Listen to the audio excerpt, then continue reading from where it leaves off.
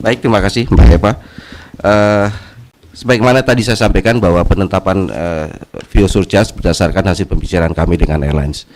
Kalau dari airlines sebenarnya minta naiknya sampai kurang lebih sampai 50%. Tapi setelah kami bicara, kemudian kami gali masing-masing pos biaya mereka, maka kami pada kesimpulan bahwa 38% ini adalah angka yang cukup ideal, bahwa industri penerbangan kita tidak akan terpukul terlalu drastis, kemudian juga daya beli masyarakat juga masih bisa menjangkau. Jadi berkaitan dengan TBA memang salah satu komponen adalah aftur dan juga kurs, kemudian juga ada biaya maintenance. Nah, sebagaimana tadi disampaikan bahwa dengan pemberlakuan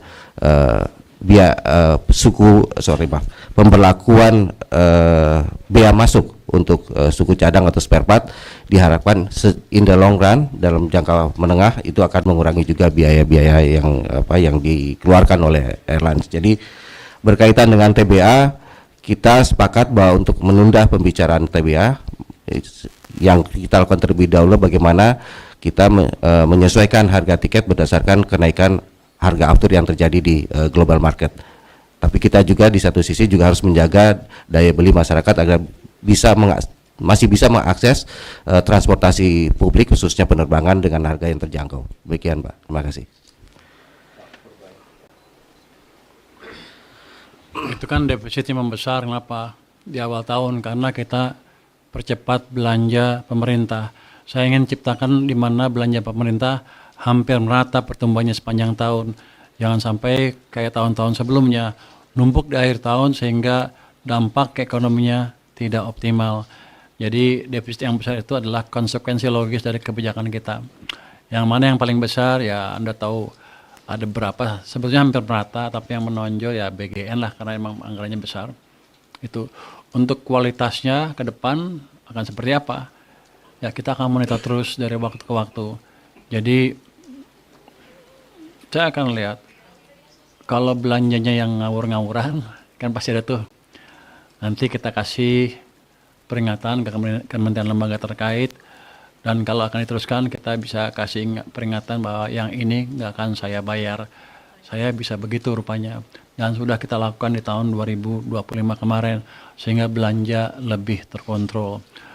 Kalau Anda lihat dari defisit APBN kan waktu itu kita umumkan di 2,91% ya tahun 2025. Ternyata ada indikasi sekarang defisitnya lebih bagus dari segitu. Mungkin di kisaran 2,8%, sekarang lagi diaudit oleh BPK, tapi kelihatannya ke sana. Jadi kondisi anggaran kita tidak seburuk yang kita duga sebelumnya. Dan yang paling penting adalah dengan defisit yang masih terjaga pada waktu itu, kita bisa menciptakan pembalikan arah ekonomi. Kan di triwulan keempat temunya 5,39. Sekarang katanya bisa lebih dari itu, mudah-mudahan lebih di atas 5,5%. Kalau lihat angka-angka yang ada di perekonomian, sepertinya bisa di atas 5,5%. Jadi kalau ekonominya bagus, pendapatan saya bagus, nanti uang yang saya bagi ke kementerian lembaga juga lebih konsisten, bisa lebih banyak sedikit, harusnya ekonomi kita akan membaik terus ke depan. Kenapa bisa begitu? Karena kita jaga private sector untuk tumbuh lebih baik. Jadi Anda jangan lihat ekonomi cuman pemerintah aja, 90%-nya private sector, dan kami dengan Pak Bakti sudah memastikan kondisi investasi berjalan dengan baik dengan tim debottlenecking yang kita jalankan dengan Pak Menko juga supaya iklim berinvestasi di sini lebih bagus lagi. Jadi seandainya saya let's say misalkan saya nggak bisa ekspansi habis-habisan pun, selama saya bisa jaga sektor private-nya tumbuh dengan baik, ke depan ekonomi akan terus membaik. Kita ingin pada saya.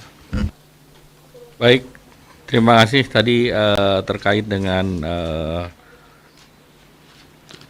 kenaikan surcharge tadi sudah dijelaskan Pak Menhub.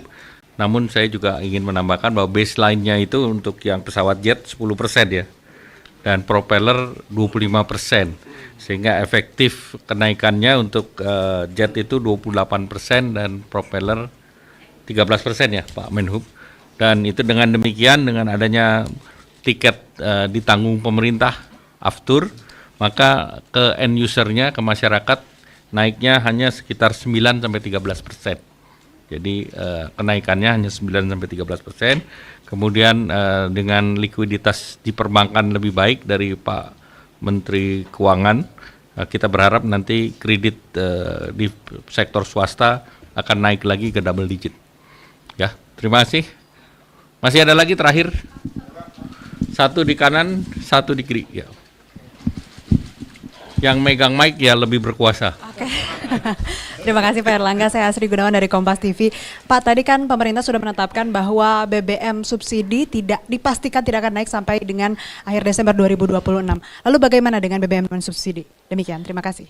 Ya, itu masih dikaji. Jadi nanti pada waktu pengkajian selesai nanti pasti juga akan disampaikan ke publik.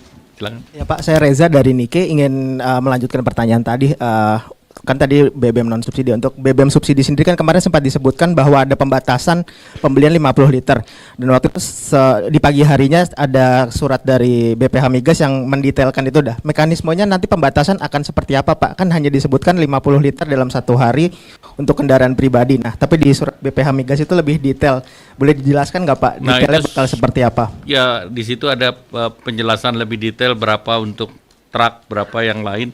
Tapi secara umum 50 liter itu yang untuk Pertalite dan untuk solar, biosolar. Tetap mengacu ke edaran atau surat yang ada? Berdasarkan mengacu itu, dan itu akan berlaku untuk 2 bulan. Oh, baik Pak, Ya. terima kasih Pak. Ya, masih. Masih cukup Pak Bakti? Cukup? Cukup? Baik, terima kasih. Wassalamualaikum warahmatullahi wabarakatuh.